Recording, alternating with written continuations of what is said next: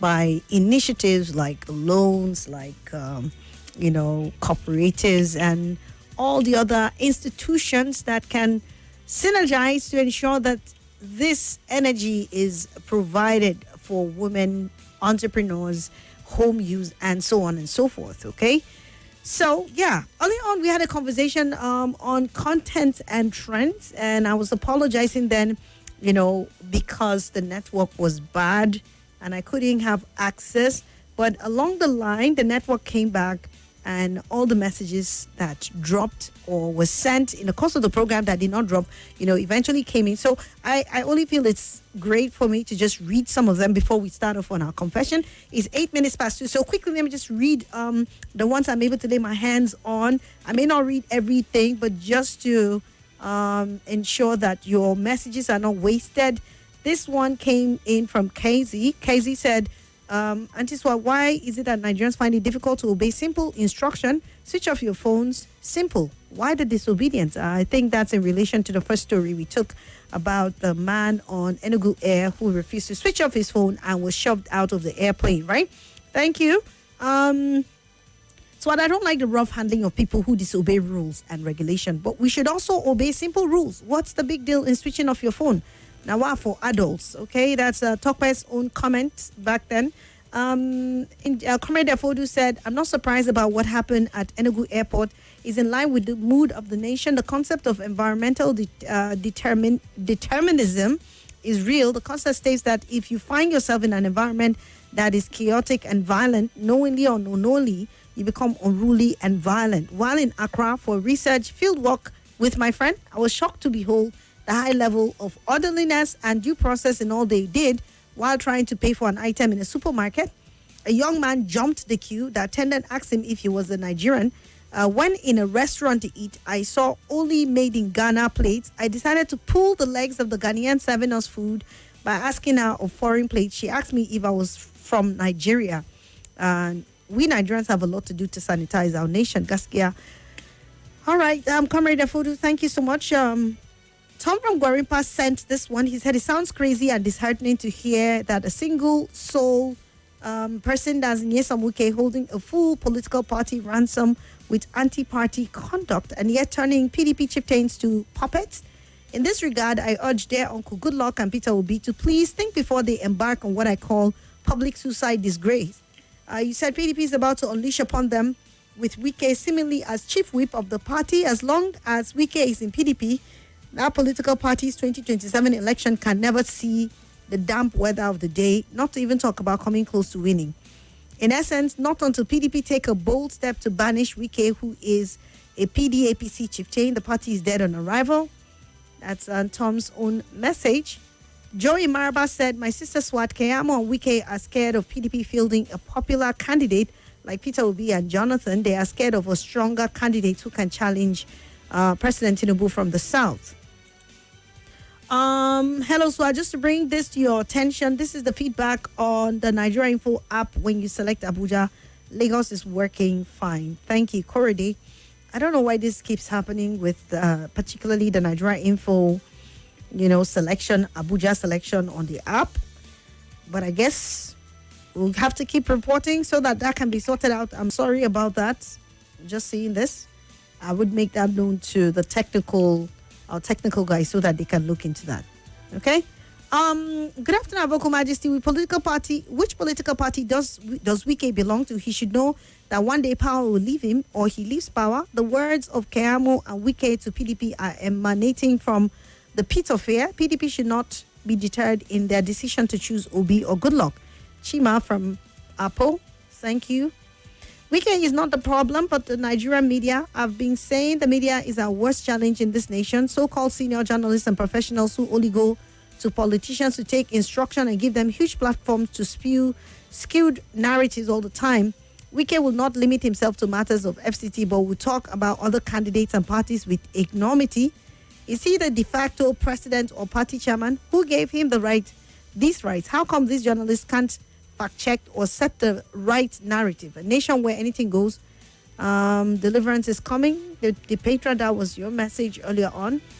Good afternoon. I'm Chief Anselm Amunike from Kuchingoro. I'm not from Kaduna. But honestly, I'm shocked, absolutely shocked, that Nigerians have forgotten how tens of thousands were killed by terrorists during El Rufai's administration. How Nigerians are handling El Rufai. What is wrong with our people? He said El Rufai is too extreme to be trusted. Please, Nigerians, be guided. Wike is the second most powerful man in Nigeria today. Let's tell ourselves the truth, but you become irrelevant too to President Bola Ahmed Tinubu after 2027. Okay, Chief Amunike, that's your message. Moses Isaac said, this statement from Aviation Minister Wike on Peter Obi is uncalled for, as they are only making Obi more popular. Let them carry on. Obi will receive, you said, a presidential ticket from any party. The second to the last message, you said, PDP is never an estate of Wike. He is hypothetically fearful of the personal and popularity of Peter Obi, whose potential chances is likely to retire and end the political aspiration and reign of his master's government come 2027. Good afternoon, says OKJ. And on a final note, Musa Mohammed, or Mohammed Musa, said, good afternoon, Swat. Thank God this time I have no preferred presidential candidate. I'm looking forward to anybody who emerges from the opposition that will kick this government out. Okay, thank you so much. And that's it. We'll take another break and then we kickstart our Confession Tuesday. This is Nigeria Info. Nigeria Info.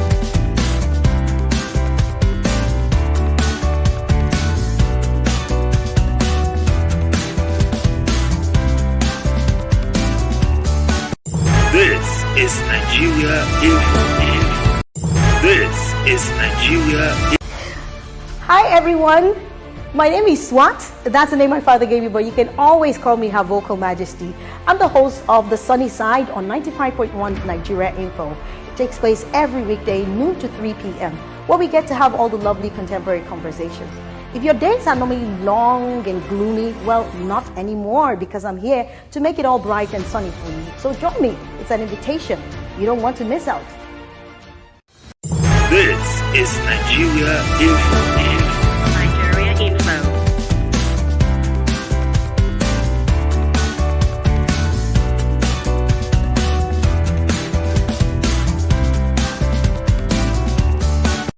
This. Ample time on our hands today to take as many confession as we can.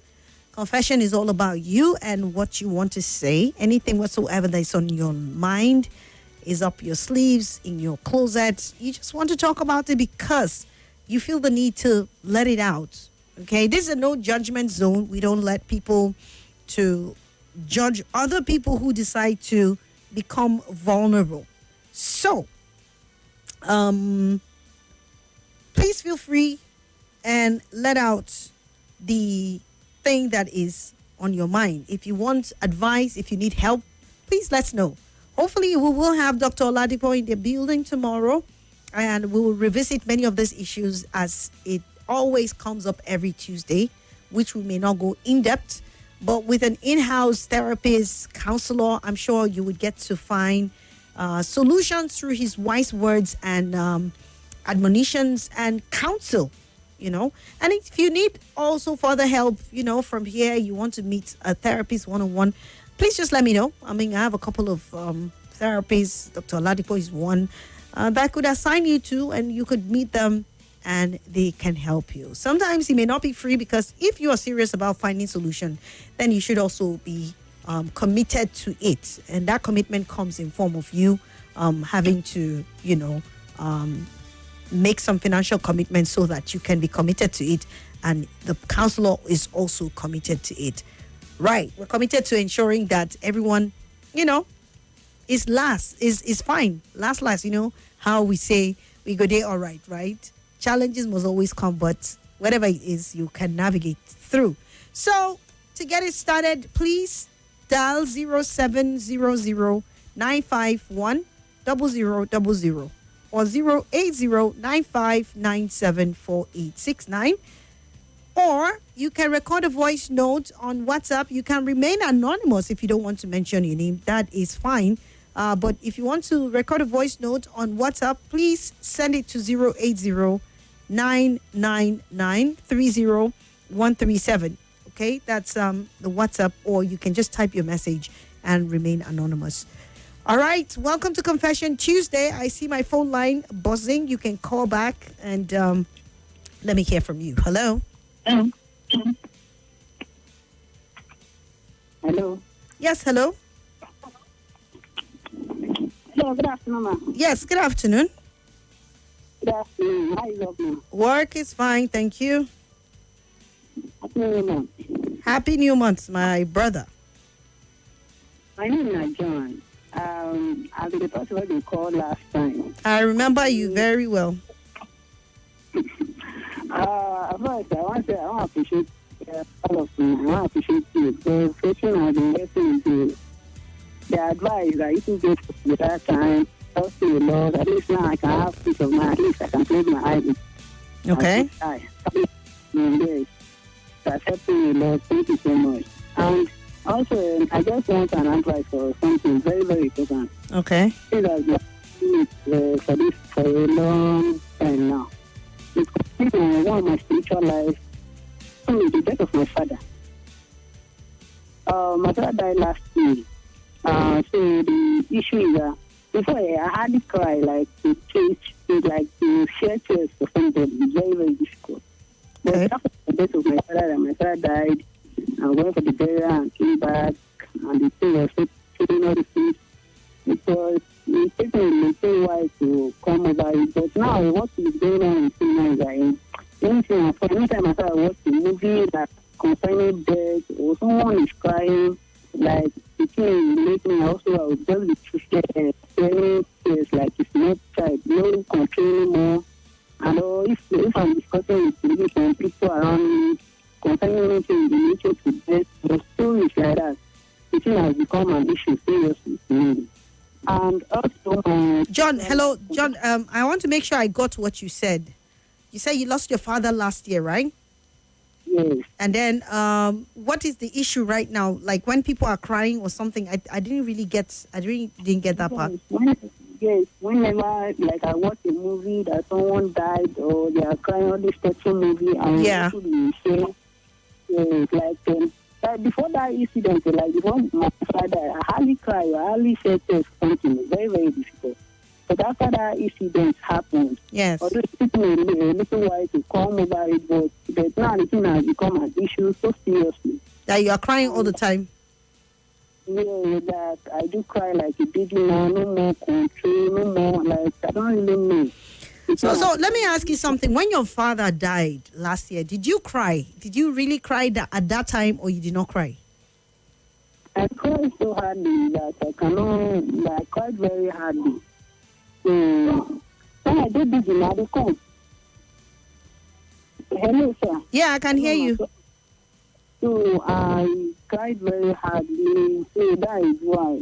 And I went for the burial, I think it was so I cried very hardly. So before then, I couldn't, the other is after the burial, I couldn't control myself. The life out, like, the thing started, that is where the thing started. So that is where the cry all started all over. Okay, so you hardly cried when your dad died. So it is now that the thing. I hardly cried when my dad was alive. Very, very difficult. That is very difficult.